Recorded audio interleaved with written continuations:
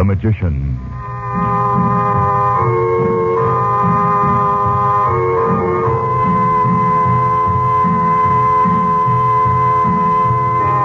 Good evening, ladies and gentlemen. The makers of White King granulated soap present for your enjoyment tonight and every weekday evening at this time, Chandu the Magician. Listen, and you will travel to strange lands.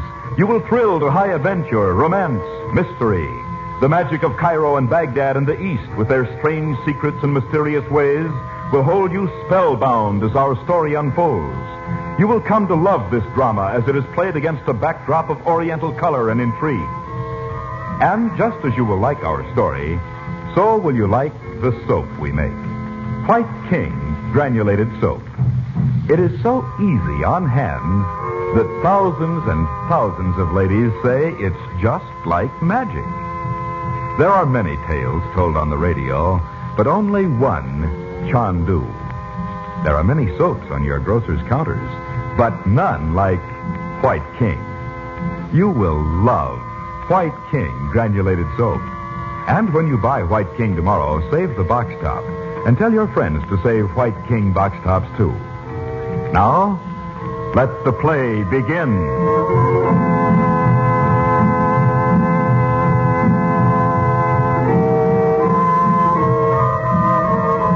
Betty Regent, tricked into going with Abdallah on a trip into the Sahara to look for her father, learns in Fayoum that the trip was planned only to divert Chandler's attention to a long search for her.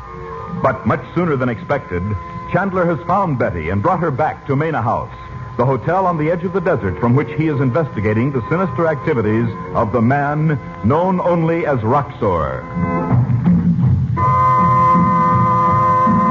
The present episode begins in the Regent's suite at the hotel. It is night. Chandu, the Magician. So then what, Betty? Well, that's all. I wasn't out of my room, not once. Didn't you see anyone but Abdallah and that woman? No, I didn't, Uncle Frank. Amina, her name was. She stayed right there every minute except when she went down for her meals. Well, even when Abdallah came to see me, she just sat there in the corner on a cushion. Were you locked in? No, of course not. But Abdallah said I had to stay there. And I thought every minute he might come and get me, and we'd go wherever Daddy was. How could you be such a goop as to believe anything Abdallah said? I know it was silly. This Amina, Betty, was she at the hotel when you arrived? No, but Abdallah brought her right away. And you know what? She lived in New York for a while.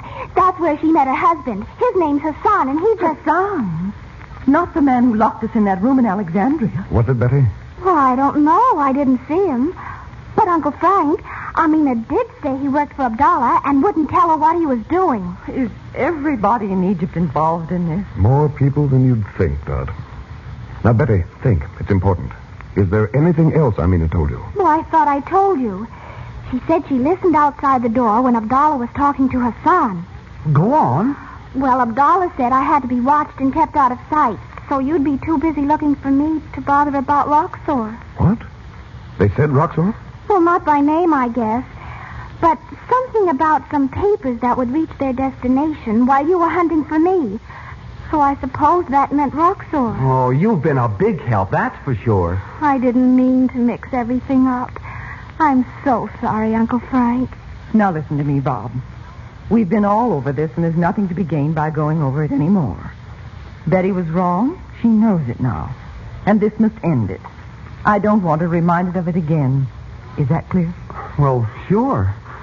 When you get that look in your eye, I bet even Roxor'd run like a stricken deer.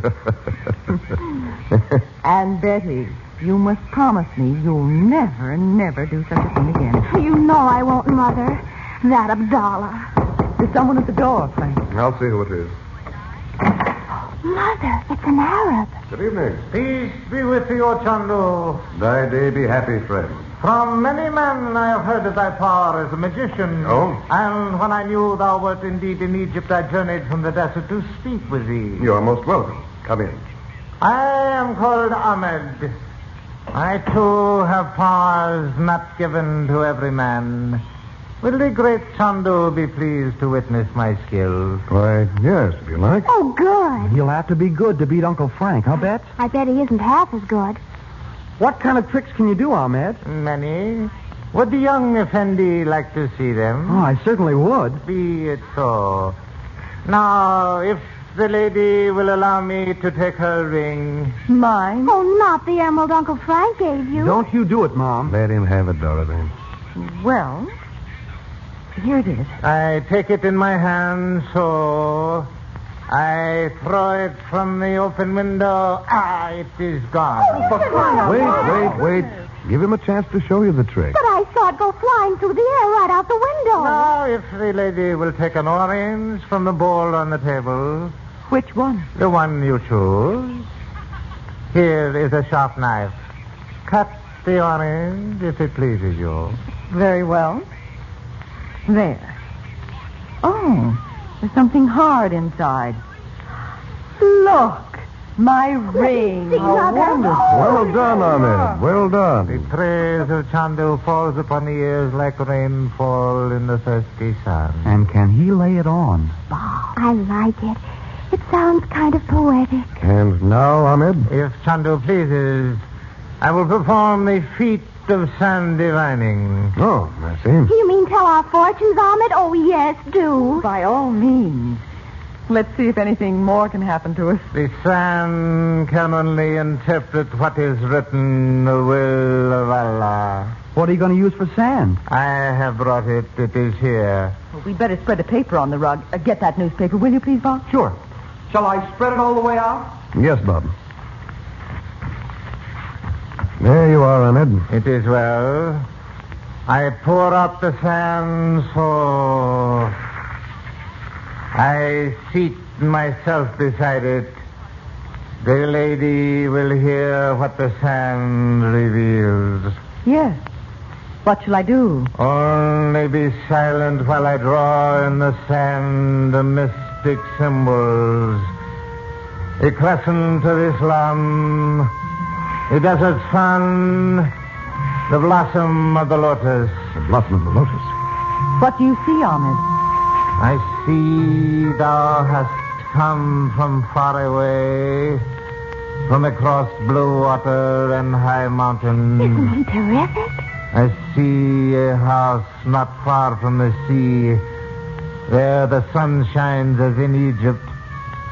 It is quiet now. The house is empty. That sure sounds like our house at home. For two reasons it is empty. Those who call it home are far away, but more, a precious secret has been taken from it.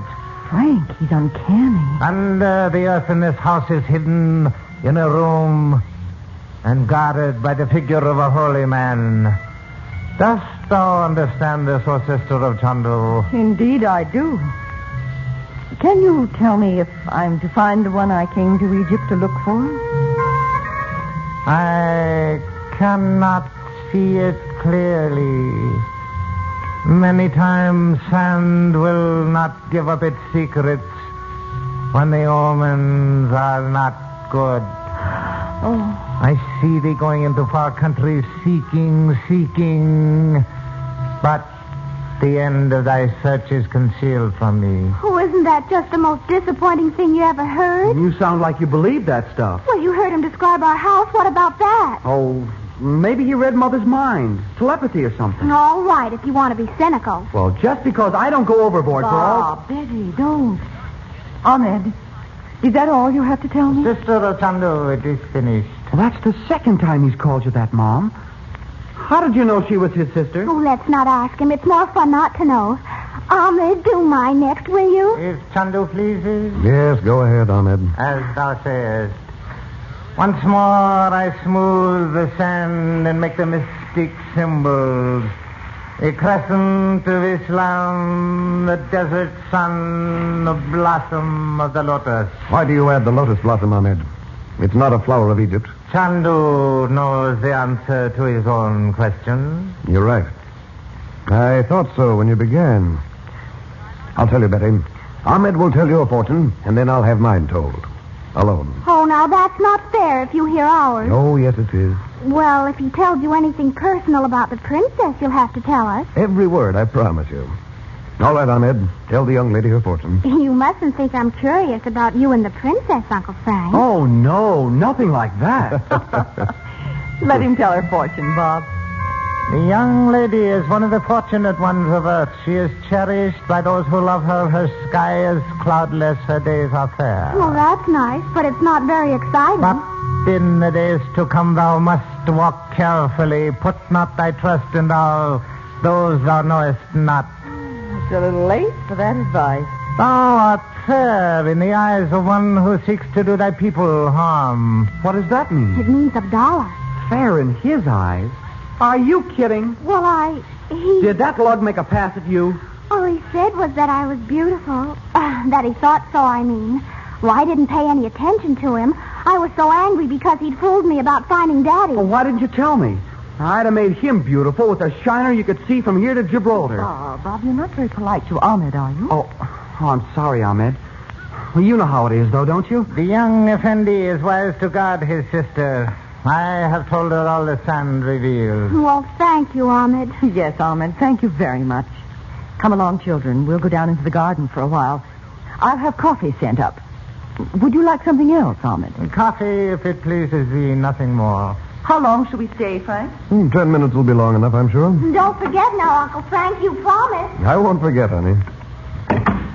Now, Ahmed, what is it? Did you get any word of reason? No, Chandu, I regret. Thou wert wise to know I was of the Brotherhood. Well, I didn't at first, but I never refused to see any man who may bring news. And when you drew the lotus in the sand, of course I was sure. If you have no news of Regent, what message did you bring me? In Cairo, Yusuf gave me word to find the messenger who would seek to bring to Roxor the secrets stolen from my sister's house. Well, did you find him? If Roxor had not been in Egypt, I would have failed. But in Alexandria, I found him. Roxor? Oh, you mean the messenger. Good. Though he is a Mussulman, I found him drinking wine. I spoke to him in the cafe. He did not see the drug I poured into his wine, and when he slept soundly, I called a friend to help me carry him to a room apart. Well, did you find the papers? Well, by the grace of Allah, they are here. I took from him every paper on his person. Let's see them. Passport, letter of introduction, credentials. And what's this? Well, it's only a scrap, Ahmed. It may have no value. Well, do you read English? No, I regret. Brother of the Lotus, could I then have served thee better? No, that's not what I meant.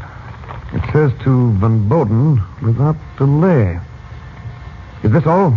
You're sure you searched the messenger thoroughly? By the robe of Mohammed, it is all, O Chandu. Is it not enough?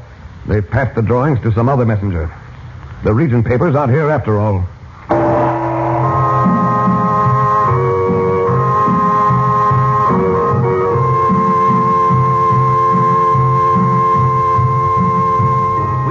Before we say good evening, to suggest that you and your family listen to Chandu every weekday evening at this time. Travel with us to strange places and faraway lands, and thrill with Dorothy Regent and her children Betty and Bob as they're plunged into the mystery and intrigue of Egypt and the Near East. And, of course, we'd like to have you use the soap we make, White King Granulated Soap. You'll love White King. Anything that can be washed may be washed with White King, with safety to fabrics and colors, kindness to your lovely hands, the only hands you'll ever have. So on your radio, remember Chandu the Magician every weekday evening at this time. And at your grocer's, remember White King Granulated Soap. No other soap is like it.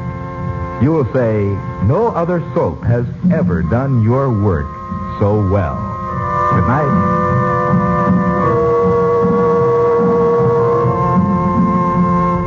Chandu the Magician is presented for your enjoyment every weekday evening. Frank Chandler is played by Tom Collins. The makers of White King invite you to listen tomorrow at this time when the story resumes.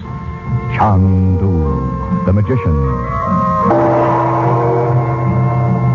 This is the Mutual Don Lee Broadcasting System.